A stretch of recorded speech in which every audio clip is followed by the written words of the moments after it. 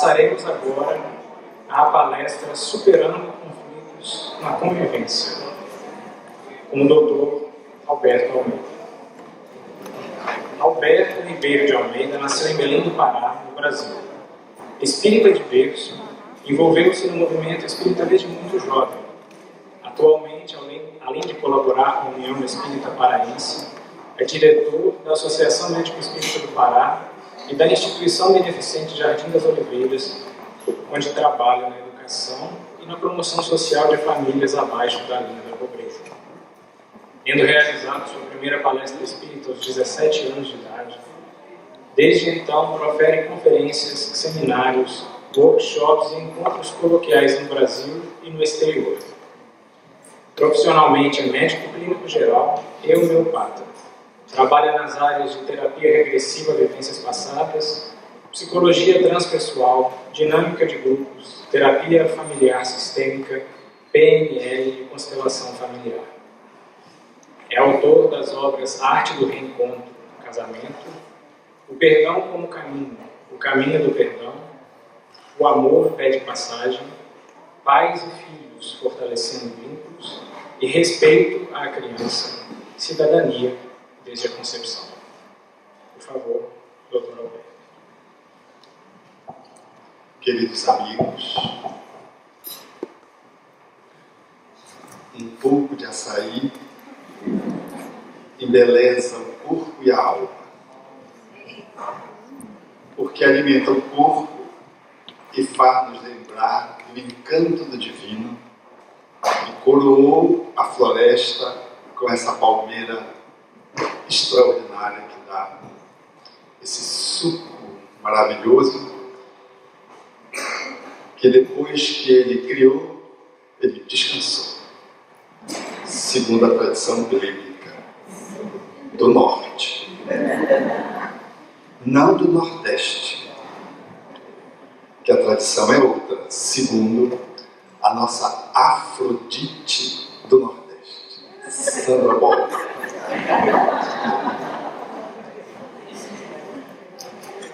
A nossa alegria, portanto, aos internautas da Rádio Fraternidade e aqueles que estão conectados no mundo nesse momento, com esse evento fulgurante, porque marca uma celebração que remete ao início do movimento espírita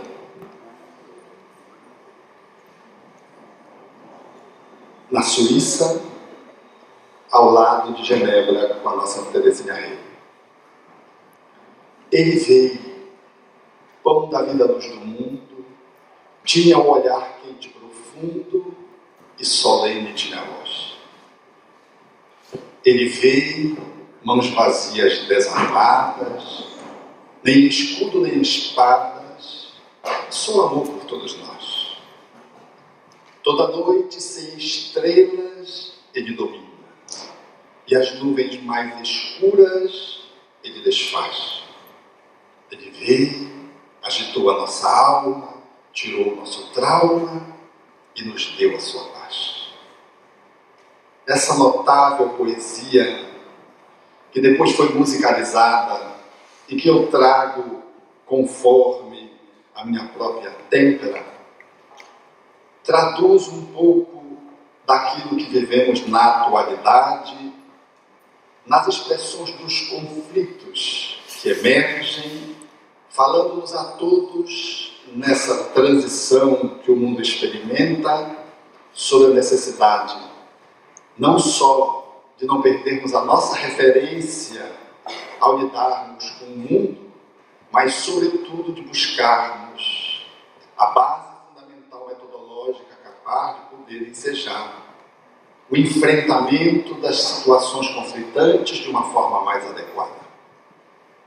Foi exatamente em agosto de 2001, um pouco antes do World Trade Center ser incinerado pelos aviões dos fanáticos, que uma pizzaria no centro de Jerusalém recebia um homem-bomba que, em se explodindo, vitimava 17 pessoas fatalmente.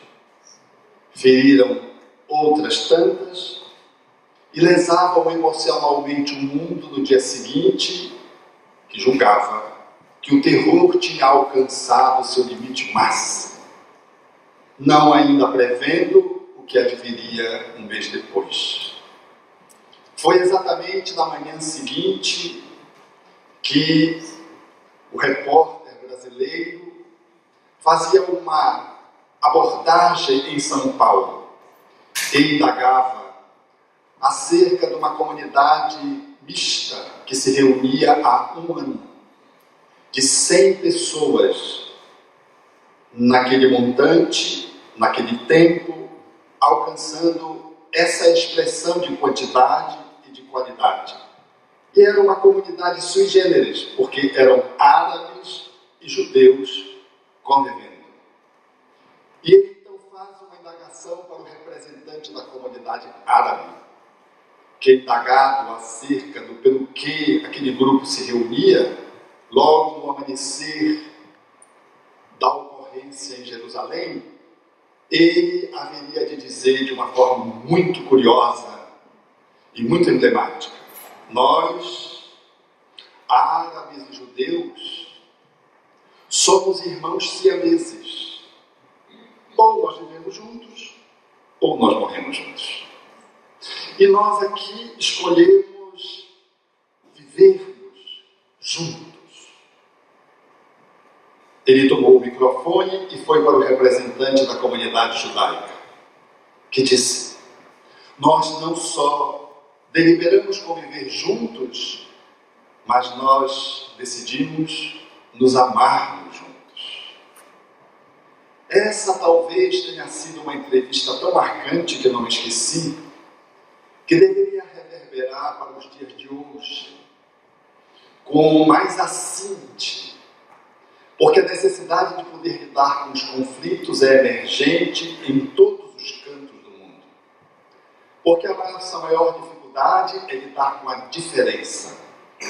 Por isso que na atualidade, quando observamos os refugiados, quando analisamos as minorias negras nos países nos quais elas existem em menor quantidade, ou quando em maior quantidade são excluídos, quando percebemos a dificuldade de lidar com os povos indígenas, quando nos damos conta de que conviver com pessoas que fazem a sua escolha afetiva de natureza sexual diferente daquela que é tradicional e se refugiam em guetos para poderem manter a sua integridade física, quando percebemos que as diferenças em todos os mundos, em todos os lugares, em todos os países, os apartheids sociais que existem mesmo em Paris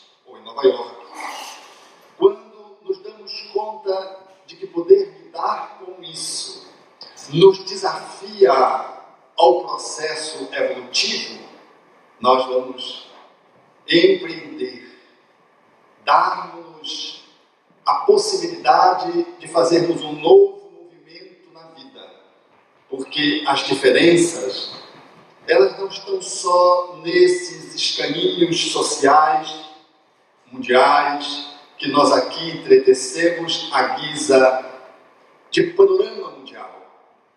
Não são apenas árabes e judeus na faixa de Gaza que estabelecem conflitos.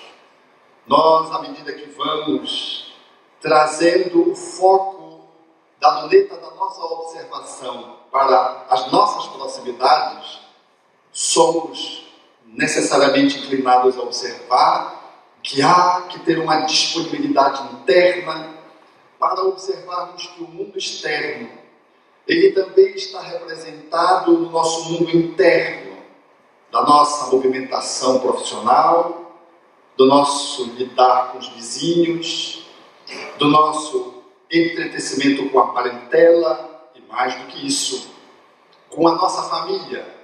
Porque dentro da família nasce alguém que subverte a ordem estabelecida. alguém que questiona os valores que preconizamos, ou alguém que traz uma estrutura física anárquica para aquilo que esperávamos enquanto geração genética, alguém que traz uma síndrome para conviver conosco, às vezes alguns dias, às vezes alguns anos. Alguém ressurge dentro de casa do nada, pelas portas do fundo, ao casar-se com a pessoa que a gente mais ama, uma filha, um filho, e nos assalta com um jeito desengonçado, nos desafiando o processo da convivência, porque emergem conflitos. Nós somos convidados, portanto, a podermos fazer a nossa movimentação em vários âmbitos, em vários grupos sociais, seja aqueles mais próximos, seja aqueles mais distantes, e somos convidados a fazer parte de uma sociedade dinâmica, veloz, que apresenta as suas indiferenças, os seus preconceitos, seja nas relações presenciais, seja através das formas virtuais, quando surgem nos sites, nos blogs, aqui e acolá nas mensagens de Zap, WhatsApp, ou então no Facebook, uma manifestação inteiramente na contramão daquilo que é a harmonia, a convivência, a solidariedade e a fraternidade. Somos desafiados mesmos a termos que lidar com o preconceito daqueles que têm preconceito. Porque tem os preconceituosos, mas como é que você lida com o preconceito daquele que é preconceituoso? Você também tem preconceito com os preconceituosos? Esses são aqueles que mais nos aprimoram a arte de podermos estar em dia conosco mesmo. Conflitos, divergências, relações interpessoais, grupais, intergrupais, entre países e as relações mundializadas através das forças de extrema-direita, de extrema-esquerda, que se manifestam ameaçando às vezes até explodir o planeta, elas nos convidam a uma reflexão hoje, nesta manhã de domingo, para que possamos, em alguma medida, avaliarmos o que isso tem a ver conosco. Porque, em realidade, tudo que está fora está dentro. Tudo que nos toca externamente e internamente tem uma correspondência. Se queremos efetivamente termos uma boa performance e poder lidar com aqueles que trazem comportamentos antagônicos ao nosso, ou daqueles que se colocam como positivamente nossos inimigos, nós precisamos estar em dia com alguns princípios que devem reger a nossa movimentação, senão não lograremos vencer o desafio lidando com aqueles que nos ameaçam a existência no assalto no Brasil, ou que nos ameaçam com atentado bomba no aeroporto, num trem dentro da Europa.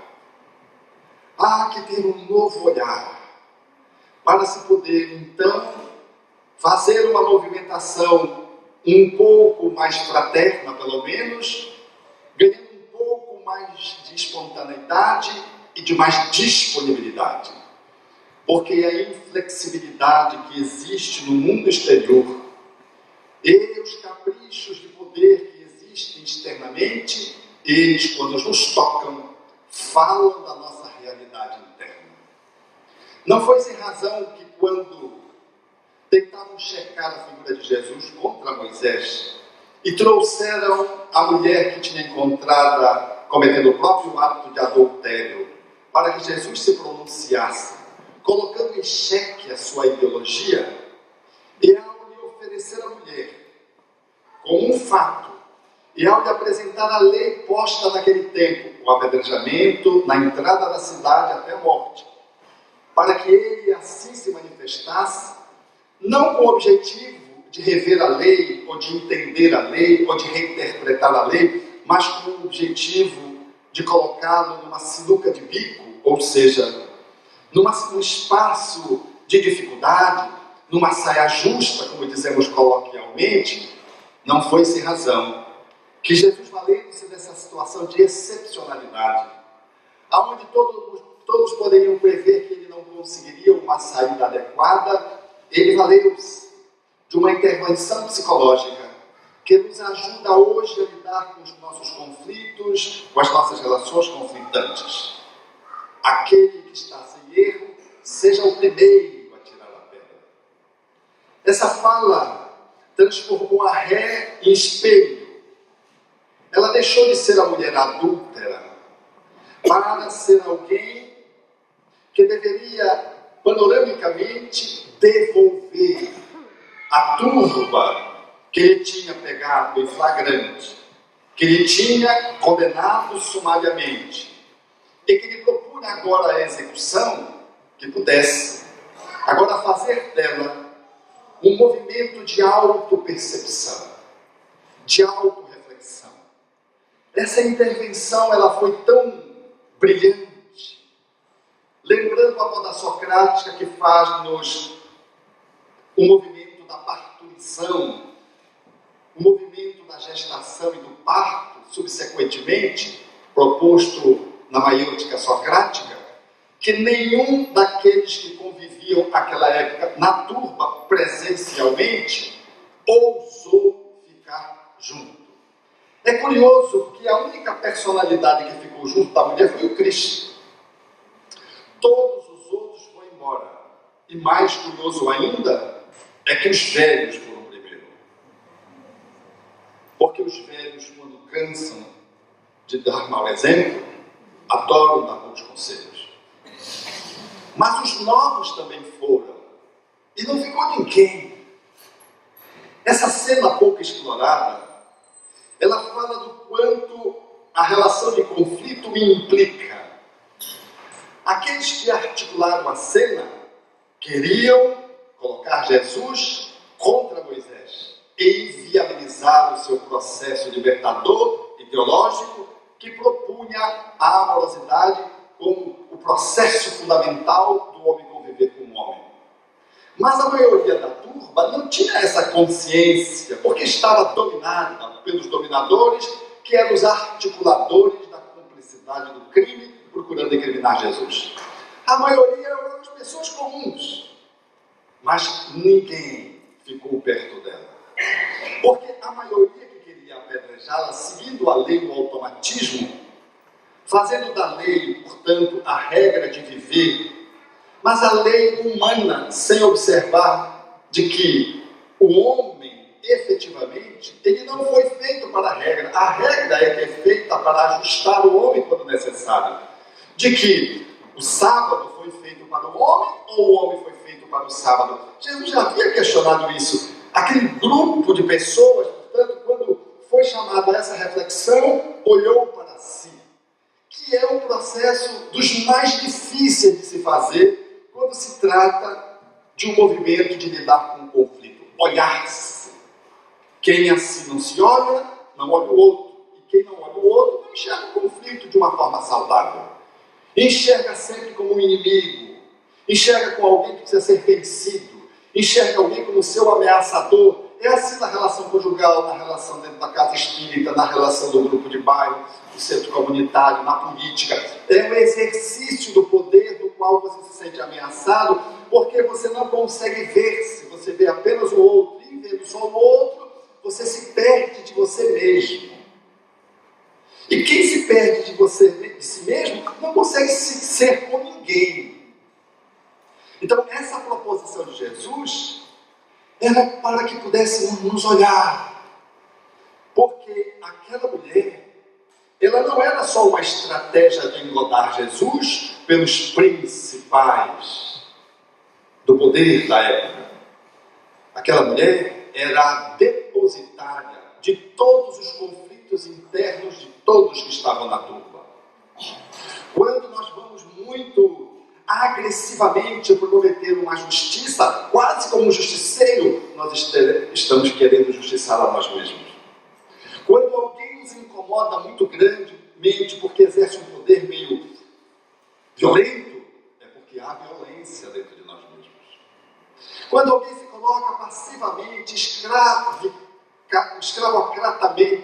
numa posição de subserviência, e isso nos incomoda, é porque há um contraponto dentro de nós mesmos. Tudo que nos incomoda fora, fala da nossa dinâmica interna dentro. Aquilo que eu sou mobilizado pelo outro, porque o outro tem uma virtude, tem uma competência, bate num ponto cego meu. E aquilo me incomoda, porque aquilo que ele tem é o que me falta. E ao invés de eu olhar o que me falta, eu me aproximar dele, para buscá-lo como uma experiência modelo, a fim de seguir o exemplo que ele dá, não necessariamente a pessoa, mas o exemplo virtuoso que ela nos dá, a gente nutre-se de inveja, quer baixar o outro ao invés de fazer um movimento de crescimento. Ao invés de crescer, a gente quer derrubar o outro para poder chegar no nível dele. Mas o outro deveria ser um convite para que pudéssemos avançar. Então é um conflito com uma pessoa de bem, mas ela não se incomoda porque ela toca numa sombra que ainda não foi vista. Porque a sombra é aquilo que está atrás. A luz vem de cá, a sombra fica aqui, eu não vejo a sombra. A sombra, ela fala-nos dos potenciais da alma que precisam ser atualizados. Ou dos nós que nós temos na alma que precisam ser desatados. Então é necessário, em olhando o conflito, perceber qual é a nossa disponibilidade para poder fazer um movimento de aprendizagem e de crescimento. De que a mulher imposta no meio colocada no meio da praça e concitada por Jesus a ser um ponto espelho de referência, ela significa para nós outros hoje de que todo conflito ele pode ser uma fonte rica para não uma agressividade primitiva, não atitude beligerante, não um comportamento disfuncional, mas algo que nos possa remeter a uma introspecção e talvez até um afastamento do grupo para sair da manada, a fim de poder fazer a minha interiorização para saber pelo que eu odeio os homossexuais, os negros, os ricos, os miseráveis, os índios, os imigrantes, os que não têm a tez igual a minha. Porque eu odeio. Porque esse processo, ele fala de mim. E se ele fala de mim, ele está presente nas minhas movimentações diárias, inclusive com a própria esposa ou esposa, que dorme na mesma cama, mas não sonha os mesmos sonhos. O nosso personal trainer da alma. Aquele que coabita com você em regime de humanidade, deitado à mesma cama, coabitando os mesmos espaços, delimitando um espaço físico na cama, porque você não pode se movimentar para o outro lado, que antes podia, mas agora não pode, porque tem uma outra pessoa que você tem que ver. Dizia meu amigo, não casa, Alberto, não casa, porque até na cama a gente perde a liberdade. Eu entrava na cama por um lado ou por outro, agora eu só posso entrar por um lado. Ele me dizia isso a 10.000 metros da terra, portanto no céu. Era um conselho celeste. Ele angustiado, estava só há 6 meses casado. Era muito pouco tempo para que essa angústia já pudesse aflorar com tanta intensidade. Porque viver sem conflito, a única alternativa que temos, se é que é possível isso, é viver no deserto, sem ninguém do lado de você. Botou uma outra pessoa que seja um cão, um gato, surge uma relação. E surgindo uma relação, surge uma relação de conflito. Aliás, não precisa um gato, você pode botar um mosquito. E aí você fica incomodado com o mosquito, o pernilongo, ou como nós chamamos em Belém do Pará, como carapanã. Porque aquele inseto minúsculo, que você diz que você não é afetado por ninguém, aquele inseto minúsculo que você quase nem vê, só ouve, ele não deixa você dormir. Ele tem tanto poder que ele não deixa você dormir. Então a relação para lidar com o conflito, nós buscamos também lá em Francisco de Assis, lidando com a natureza. Porque lidar lidar com a natureza. Excluir o homem que faz parte da natureza é também experimentar relações conflitantes ou não, ou aprender a lidar com os conflitos.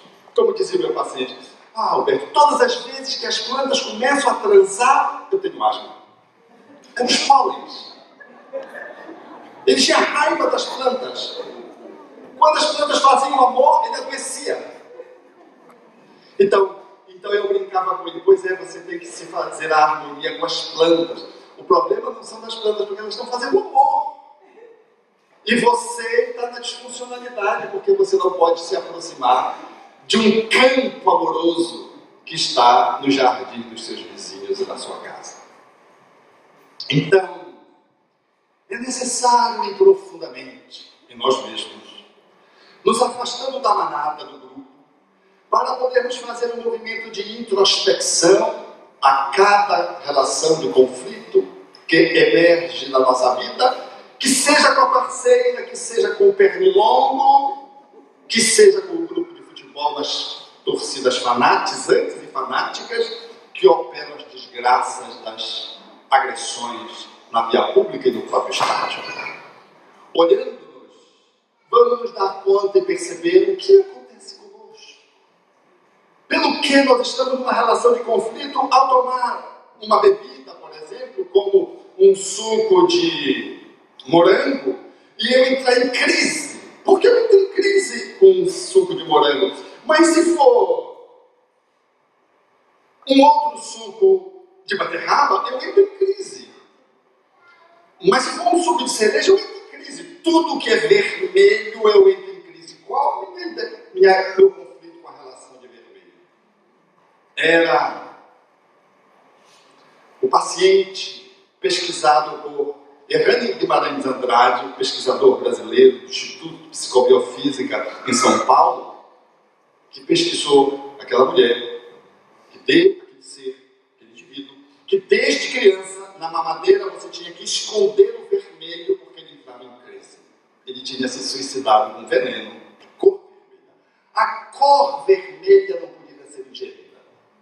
Ele entrava em crise, porque a memória do suicídio era ativada. Então ele rejeitava o vermelho no mecanismo de autoproteção. No conflito é assim.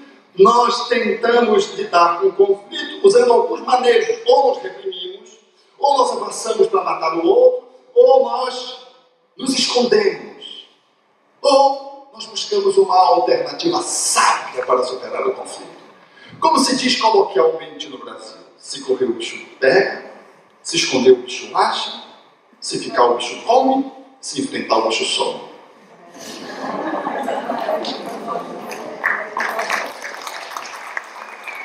Temos que enfrentar o bicho.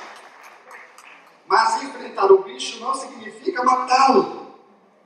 A figura de Francisco de Assis impressionou, e sendo um poeta da natureza, um santo ecológico, ele tinha a capacidade de lidar com as feras mais agressivas, porque a sua dose de amor era capaz de neutralizar os instintos primários daqueles que o atentavam contra ele, até dos animais que, por instinto, tentam agredir-se quando se sentem ameaçados. Francisco não ameaçava, conversava com os pássaros, o lobo. A relação dele era de tanto amor com a natureza e com os homens que fazem parte da natureza, que ele silenciava conflitos por uma via que nós estamos ainda descobrindo, que Jesus propôs ao seu tempo, que era essa via do autoconhecimento, e a proposição dele, que era a via amorosa.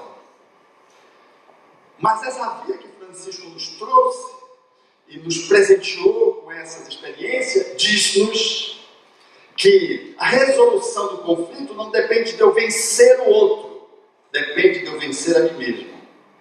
Porque o outro, ele responde à tua expressão de como tu te colocas diante dele, contra ele ou ao lado dele. Seja um amigo, seja aquele que se diz teu inimigo. Porque um amigo não é aquele que pensa como eu, é aquele que pensa ao lado, que senta ao meu lado, que pode divergir, mas não deixa de me amar, que pode dissentir, mas sem separar.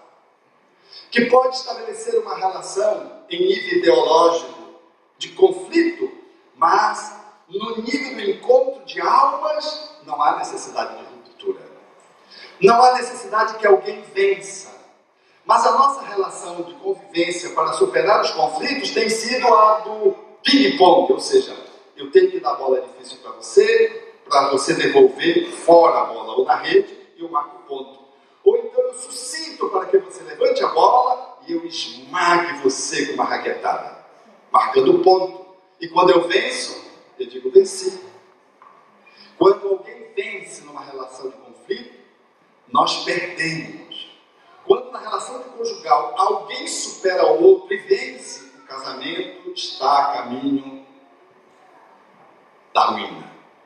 Quando dois amigos brigam e um vence o outro, naquele momento nós estamos entrando numa relação de colapso. Porque a relação de conflito, ela nos conclama ao movimento de crescimento de ambos. Se o outro não quer crescer, a escolha minha depende de mim, então eu vou crescer. Então é a relação do frescobol. Se você dá a bola ruim, eu me esforço para pegar. Porque se a bola cair, nós perdemos. Mas se nós mantemos a bola em cima e conseguimos manter a nossa performance mais atualizada, mais intensa, mais profunda, significa dizer que nós dois estamos assegurando competências, desenvolvendo habilidades. Então, olhar para o outro é olhar para si. Olhar para a mulher é ver-se. Mas há uma resistência histórica nossa, porque nós não gostamos de nós olhar. Os nossos olhos se abrem e a gente olha para fora, a gente não olha para dentro. Nós não costumamos, quando fechamos os olhos, fazer a introspecção. Quando a gente fecha os olhos é para dormir, para continuar sonhando com o outro. Há uma dificuldade imensa. Quando você fecha o olho, você está com sono. Poucas pessoas fecham os olhos para fazer o que Santo Agostinho propõe.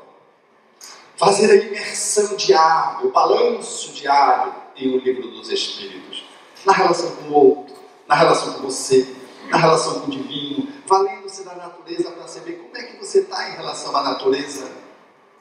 Então eu gosto muito da metáfora que alguns de vocês já talvez possam ter visto, ouvido, que é a metáfora daquele príncipe que ultrapassou o limite de uma realeza e foi para a realeza contígua. E ao chegar lá, na realeza contígua, foi aprisionado, levado ao rei, condenado à morte. Diante do rei, antes da execução, o príncipe disse ao rei: Majestade, dê-me uma chance de sobrevivência. E o rei disse: como eu sou misericordioso e bom, eu vou lhe dar uma chance. Eu vou lhe fazer uma pergunta. Se você acertar, você está livre e pode voltar. Mas se você errar, você está morto. O príncipe agora suspirou, porque tinha uma chance de sobreviver, e disse: qual é a pergunta, majestade? E o rei disse: o que mais deseja uma mulher? Se você fosse o príncipe. O príncipe ficou olhando, congelou. Uma mulher deseja. Ele pensou: cartão de crédito, uma viagem de volta ao país de origem, ir ao encontro no outro país da minha mãe, ou seja, da sogra dela, para desafiá-la, para ela ter outros olhos acerca da nossa relação. Mas ele viu que era muito esquisito e precipitado. E a probabilidade dele errar era 1 em 1 milhão, porque é muito difícil saber o que mais deseja uma mulher. Então ele disse para o rei: Majestade, dê-me um tempo. E o rei disse: como eu sou misericordioso e bom, estabeleceu o tempo. Ele saiu correndo pela realeza, perguntou a tudo e a todos, e ninguém dava uma resposta que lhe calasse seu coração profundamente. Então, já há um tempo próximo de se expirar, ele foi ao encontro do filósofo, que tudo sabe. Quando chegou no filósofo, ele disse: eu quero saber o que mais deseja uma mulher. O filósofo disse: ninguém sabe. Ele disse: então, narrou a experiência de morte iminente. E o filósofo disse: tem uma bruxa que fica nas cercanias da realeza, ela sabe. Ele se apressou, foi ao encontro da bruxa, bateu na entrada da casa da bruxa. A bruxa abriu a porta, estava com os seus cabelos desnastrados, deu um sorriso mostrando os dentes naturalmente prejudicados. Um mau cheiro veio de lá e ele disse: posso lhe fazer uma pergunta? Ela disse: entre. Se você fosse o príncipe, você entraria? Era a sua vida. Então ele entrou. Ele disse: eu queria saber uma coisa que só você sabe. Ela disse: o quê? Ela disse: o que mais deseja uma mulher? Ela deu uma gargalhada dobrada de bruxa e disse: eu sei. Ele disse: então me diga. Ela disse: não, mas tem uma contraproposta. Se você acertar, você casa comigo. Se você fosse o príncipe. Ele pensou que Deus tem os seus mistérios. Depois dele acertar, talvez um raio poderia cair sobre a bruxa. Ele ficava livre do cumprimento do contrato ou da pena. E ele então disse para ela: então sim, eu caso. Então ela disse: o que mais deseja uma mulher é ter soberania sobre a sua própria vida.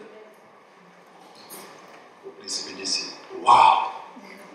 Calou profundamente. Foi ao encontro do rei. Quando o rei lhe perguntou o que mais deseja uma mulher, ele disse: majestade, o que mais deseja uma mulher é ter soberania sobre a sua própria vida.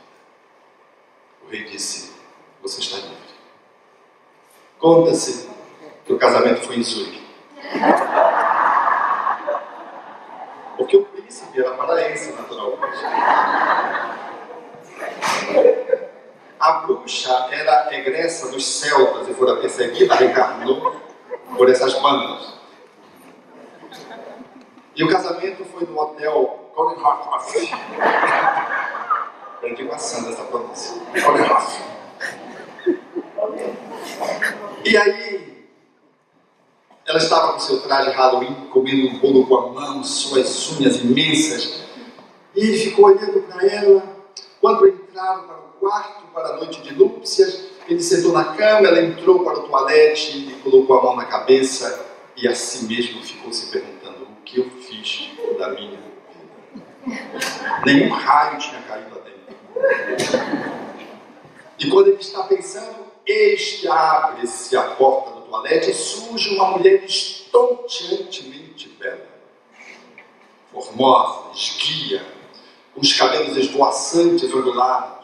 O seu riso trazia os dentes coroados pela brancura da neve e um sorriso que se espraiava, que era capaz de seduzir até uma múmia.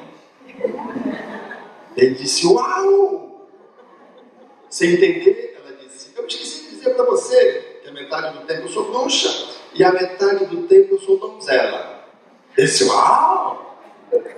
Ela olhou e disse: então, eu vou dormir bruxa ou donzela? Se você pensou nisso. Ele disse: eu não sei. Ela disse: ok, eu escolho. E ela deitou donzela. E foi uma noite memorável. Eles acordaram um pouco depois de meio-dia, próximo do almoço. E quando ele acordou, que ele olhou para o lado, aquela mulher estava absolutamente como ela adormeceu, bela, com seus olhinhos fazendo um pequeno movimento de suavidade e de docilidade. Parecia que ele sonhava. Então ele disse: uau! O que aconteceu com você? Ela disse: como eu assegurei o domínio sobre a minha própria vida, eu decidi ser donzela o tempo inteiro. Essa é a metáfora do autoencontro. Ou nós assumimos o domínio sobre a nossa própria vida, ou nós morremos diante do Rei, que expressa a nossa própria consciência, que impede de refazer um acasalamento, que me impede de frequentar grupos sociais porque eu não dou conta de fazer o enfrentamento porque eu vou colidir, que me impede de manter uma sintonia espiritual. Eu entro na morte do processo obsessivo no quadro da obsessão espirítica.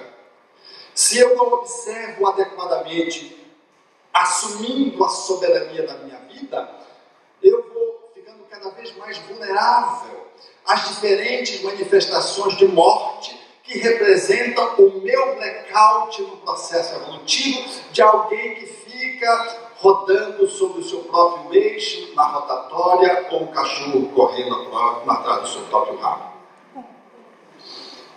Só indo na periferia de nós mesmos, nós vamos resolver um conflito com o outro.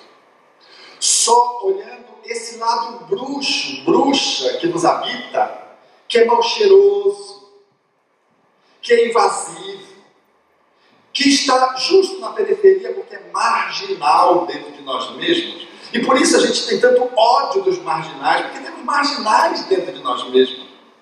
Só quando nós nos aproximamos dessa casa que não tem o feitio que nós elejamos para nós mesmos, porque nós não visitamos ela, só quando formos incluí-la é que daremos condições a nós mesmos de coabitar nos diferentes bairros da Jerusalém interna, onde árabes e judeus, palestinos e judeus conflitam e se matam diariamente.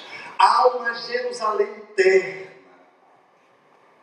Há um espaço dentro de mim que é o único espaço que me logrará dar possibilidade de eu assumir a soberania sobre a minha própria vida.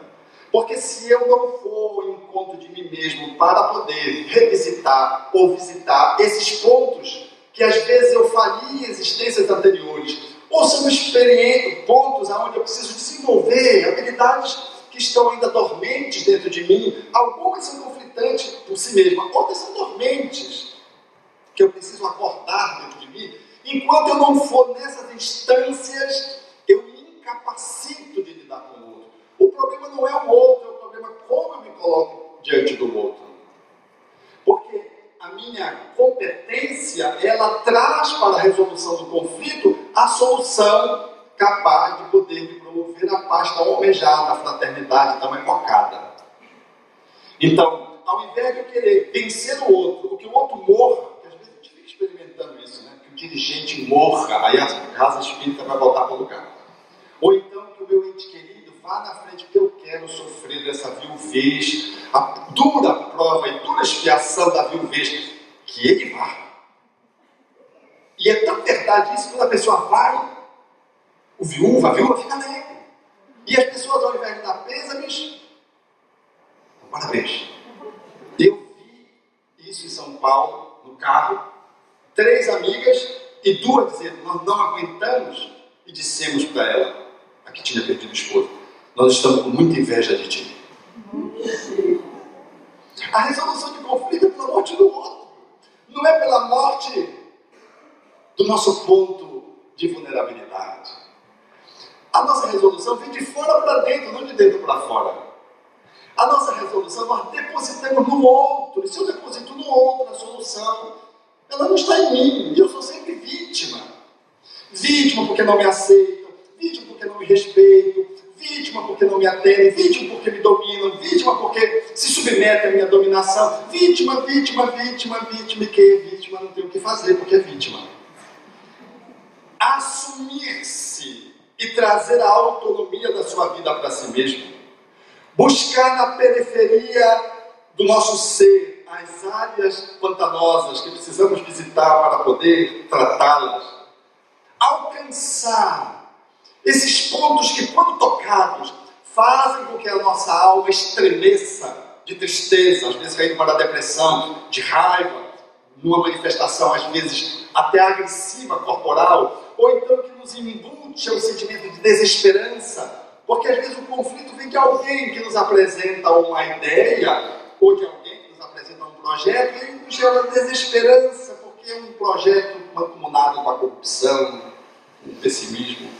E ele toca numa área minha que eu ainda não consegui erradicar, e eu tomo diante daquela pessoa num conflito que eu nem me dou conta, porque o conflito necessariamente não é aquele beligerante, bélico, com arma, com faca. O conflito é toda a relação improdutiva, involutiva do ponto de vista da análise de uma circunstância. Ela portanto, ela nos remete ao movimento regressivo, necessariamente não involutivo do espírito, mas regressivo.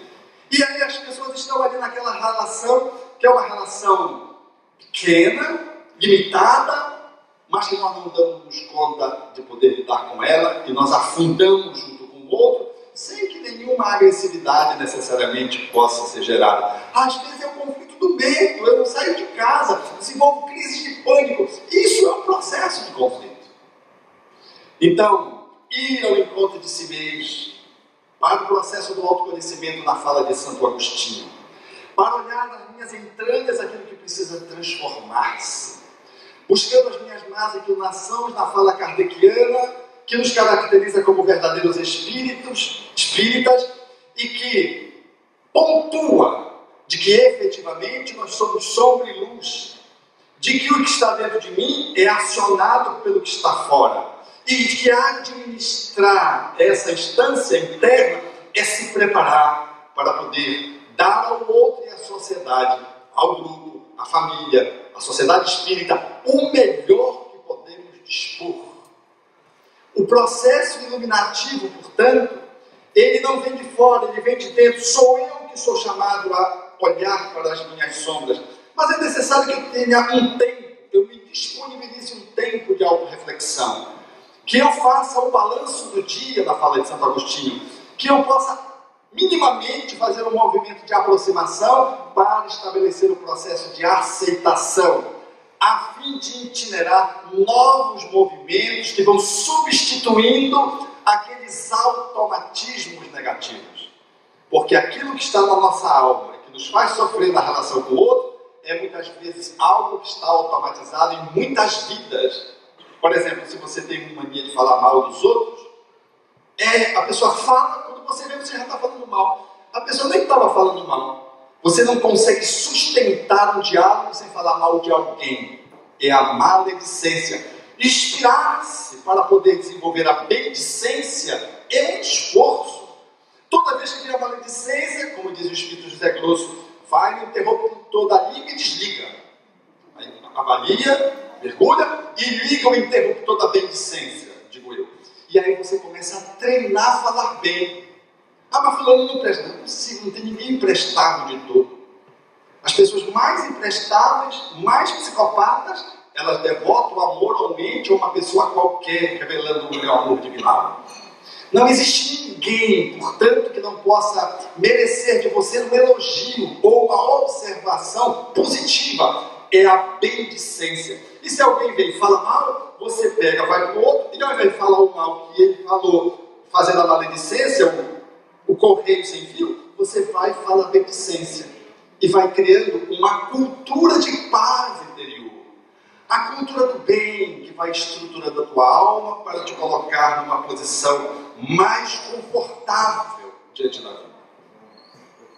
Então, o movimento de autobusca, de interiorização, aceitação, a partir da autoobservação, e o movimento de transformação, ele se dá dentro de um esforço transformatório. Por isso que a palavra-chave é transformação. Reconhece-se o espírita pela transformação.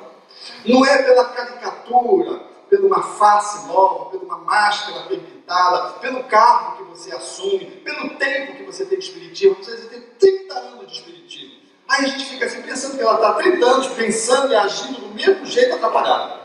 E ela fala isso com muita competência, porque ela pensa que ser espírita é o tamanho do tempo. E tem gente que está há tão pouco tempo e já fez tantas mudanças que é mais espírita do que aquele outro que acha que ser espírita é ter um cargo, ou então é ter um título, ou então é ler livro espírita só. E o outro vê uma página, vê uma mensagem, olha-se para si mesmo e já vai aplicando e já vai fazendo a transformação. Esse vive a penalização de conflitos, aquele outro melhora logo um caso. A pessoa diz, o que está acontecendo com fulano? Ele está frequentando há 3 meses um tal lugar, apelou, porque normalmente o espiritismo apela, né, nos lugares assim, que não, a cultura espírita não é consagrada. Ele apelou e está frequentando no centro espírita e começou a mudar. Tive em Belém do Pará um companheiro que visitou a nossa casa espírita para saber o que era aquilo que tinha mudado o amigo dele. O amigo dele era da farra, imprestável. E agora mudou. Então ele ficou tão impressionado, porque ele viu que não era fake, ele viu que era de verdade. Ele foi na casa espírita e na entrevista ele disse: eu vim aqui porque eu quero saber que doutrina é essa que mudou meu amigo. É bonito ver isso, né? Porque na nossa casa o pessoal diz ao contrário. Espírita, né? Continua assim, agressivo, né? Não sabe. Não é, porque a gente está em mudança. Se a gente não está, a pessoa tem razão. Mas se a gente está em mudança, a pessoa diz a mesma coisa. Porque quem ataca, não tem... Ataca. Aí a pessoa diz: espírita, né? Aí a gente tem 30 anos de espiritismo. Você vê, ouvia que alguém diz: espírita, você continua assim, gritando, né? Aí você tem que saber ser lúcido, porque a caridade não é boba, ela tem que ser lúcida. Aí você diz: se espírita, porque se não fosse, jogava você daqui de cima. Agora eu só grito. Não melhorou, melhorou. Ele tem um ataque de agressividade, ela tem um ataque de histeria, mas antigamente ele ia para o hospital, puxava a faca. Agora não. Só chora, grita. Mas como melhorou? A melhora não é pelo padrão de perfeição, é pelo padrão de aperfeiçoamento, dizia nossa Sandra aqui na sua análise. Portanto, o nosso caminho é poder nos olhar. Quando falo desse tempo, sempre gosto de lembrar a fala notável de Robert Casarjan no seu livro, O Livro do Perdão. Quando ela traz a experiência de Hans. E Hans tem tudo a ver com vocês aqui. Não, porque não era o José, o Pedro, o João. Era o Hans. E o Hans vivia em Paris e frequentava, como aluno, as aulas de Gurdjieff. E Hans, pense numa pessoa atrapalhada, era o Hans. Pense naquele aluno que toda a escola quer expulsar, era o Hans. Tanto que ele expulsar que quando Gurdjieff viaja, quando ele volta, os colegas tinham expulsado o Hans. É assim que a gente resolve o conflito, excluindo alguém, deletando alguém. A gente quer deletar as minorias. A gente quer deletar alguém que incomoda no centro espírita. A gente quer deletar. A gente ficou orando para ele não vir, a gente ficou orando para ele. Fraternalmente, a nossa oração é fraternal. E se ele morrer, que a gente ora feliz, morreu, foi para o mundo espiritual. Aí vem se comunicar na reunião mediúnica, porque ela fica como encosto em cima daquele que não aprendeu a lidar com aquela pessoa difícil.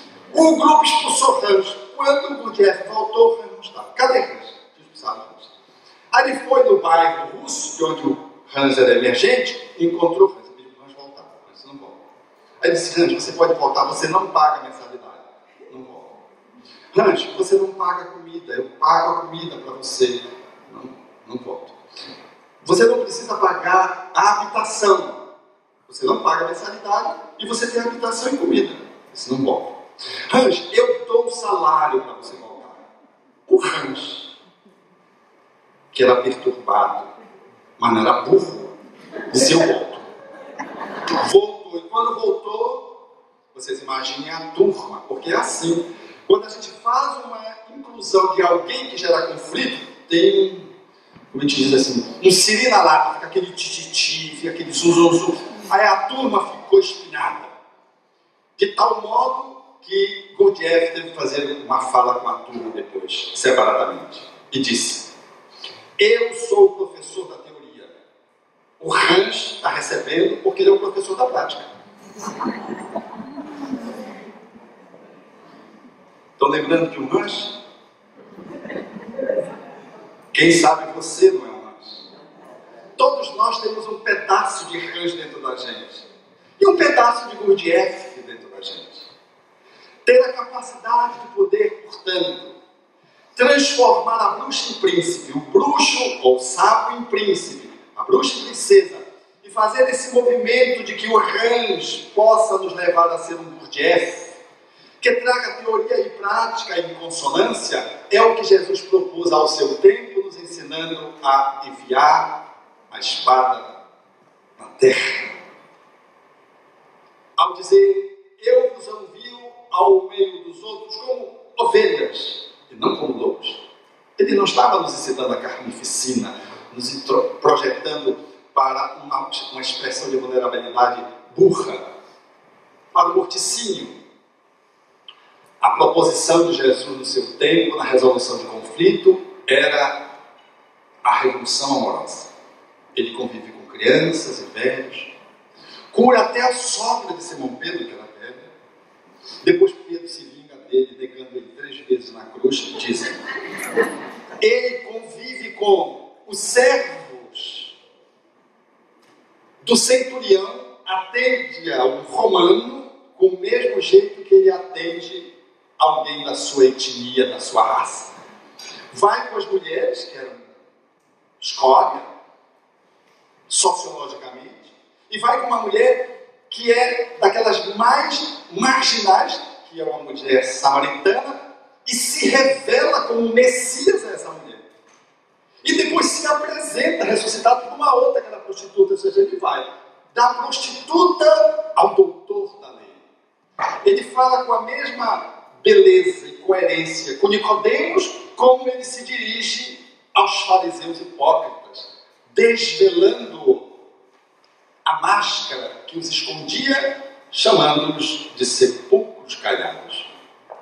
É de um encanto a figura de Jesus, porque do mesmo jeito que ele atende Zaqueu, socialmente lá em cima, ele atende um mendigo que está esmolando na entrada da cidade, e o leproso, que era de má vida, e além de curar o leproso, ainda manda que ele se mostre aos sacerdotes, a fim de que eles pudessem ter autorizados a sua reinclusão social, porque o leproso não tinha direito a sua inclusão social. Essa figura magna, que Allan Kardec posiciona como sendo a nossa referência para a resolução de conflitos, nos ensejando, portanto, esmerado nele, aumentarmos a nossa cota de amor, a fim de, Pai, não peço que os tire do mundo, mas que os livre do mal. Jesus não quer que a gente se exclua da sociedade, dos opositores, dos ditos inimigos. Ele solicitou que nós pudéssemos nos afastar do mal que nos habita. Essa proposição de Jesus nos conduz hoje com muita segurança para o enfrentamento das dificuldades que às vezes podem nos levar à crucificação. Não dos paus do madeiro, mas outras crucificações que o grupo social pode fazer, que o trabalho pode fazer, que a família pode fazer, mas a crucificação de Jesus não fez nenhuma vítima. Ao contrário, quando ele ressurge, ele volta para aqueles mesmos que o haviam se colocado na posição dos seus inimigos. Porque o processo da inimizade é um processo de escolha. Ele não tinha inimigo por ninguém. Todos serão cuidados por mim, porque as ovelhas todas me pertencem. E ele volta nos mostrando que às vezes a resolução do conflito, ela precisa seguir-se pós-morte física, para que do outro lado nós continuemos vivenciando bem, porque sobre a cruz, diante do escárnio, da ingratidão, do conluio e da execução, ele foi capaz de pedir perdão ao Pai por aqueles que não sabiam o que estavam fazendo. Tal foi a magnitude do seu amor, capaz de exportar para nós outros, na atualidade, um jeito de resolver conflito a partir do nosso próprio resolução dos nossos próprios conflitos internos. E quanto mais nós avançamos, mais aprendemos a amar, maior vai ser a nossa competência para lidar com aqueles que se nos revelam como espelhos nas praças da vida e que nos serão muito úteis para nos ajudar a fazermos o nosso movimento de auto-iluminação, eliminando bruxas e bruxos que ainda nos habitam, fazendo a mudança da sombra em luz e podendo nos colocar no mundo como o sal, que apenas numa pitada é capaz de dar sabor ao grupo, à relação com o outro, ao casamento, à casa espírita. Não é o domínio sobre o outro, é a posição do sal. A A posição do sal é ressaltar a saborização originária de cada elemento que comparece à mesa. Não é anular a nossa posição na resolução de conflito e não vencendo o outro, vencendo a nós mesmos, é permitir que o outro possa fazer um caminho que você é capaz de fazer, sendo ele mesmo, criando a sua própria performance na direção do divino. Por isso, a poesia é emblemática, porque nos toca a todos em referência ao guia que nos guia. E é aquele que melhor pôde nos falar dele em vivência, que foi Francisco de Assis, vivendo ou revivendo a posição do discípulo amado. Pasmem, ele era jovem. É ele que se autoconfigura como discípulo amado. A gente pode, puxa, ele era muito vaidoso, porque ele diz assim, o discípulo que ele amava, ele se distingue. Não, é porque a interação com ele e o reconhecimento da capacidade de amorização com que ele se dispunha era de tal ordem e de tal monta que mais tarde, como Francisco de Assis, o sol de Assis, numa Idade Média, é capaz de nos convidar a replicarmos nos nossos dias como os cristãos novos, ouvindo a melodia, o poema, ele veio, pão da vida, luz do mundo, tinha um olhar quente e profundo e solene tinha a voz. Ele veio, mãos vazias desarmadas, nem escudo nem espadas, só amor por todos nós. Toda noite, sem estrelas, ele ilumina, e as nuvens mais escuras ele desfaz. Ele veio, agitou a nossa alma, tirou o nosso trauma, mas nos deu a sua paz. Obrigado.